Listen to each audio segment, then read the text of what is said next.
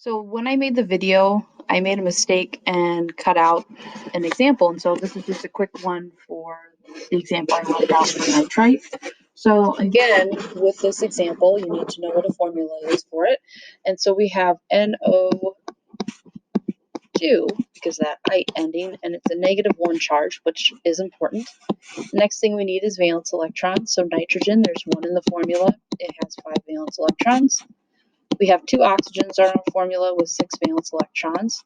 So when we total that up, we have a total of, let's see, so 12 plus 5, so 17 electrons. And then don't forget that -1 charge. That means it gained 1, so we're going to add an electron to our pool, and we have a total of 18 valence electrons to work with. When you get to the point of drawing your Lewis structure here, your central atom is going to be the nitrogen, and we're going to place our 2 oxygens around our nitrogen, and we've spent 4 electrons so far. I'm going to work on completing my central atom octet first. So my nitrogen is now good, and I'm going to work on completing the octet here on this oxygen on the left. And I'm going to pause and take and see how far I've gone. So right now I have 2, 4, 6, 8, 10, 12, 14 electrons. So here's 16 and here's 18, and I've now spent all of my electrons. So nitrogen here on the left has a complete octet between the 3 lone pair sets and the bonded pair. The nitrogen on the central atom is good. It has 2 bonded pairs and 2 lone pairs to get to its octet. So the oxygen on the right is the one that is incomplete. It has only 6 electrons, 2 from the lone pair, 1 from the bond. So this is where we now need to complete its octet.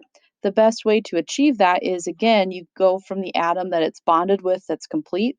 So nitrogen here is going to take one of its lone pairs and form a double bond between that and the oxygen.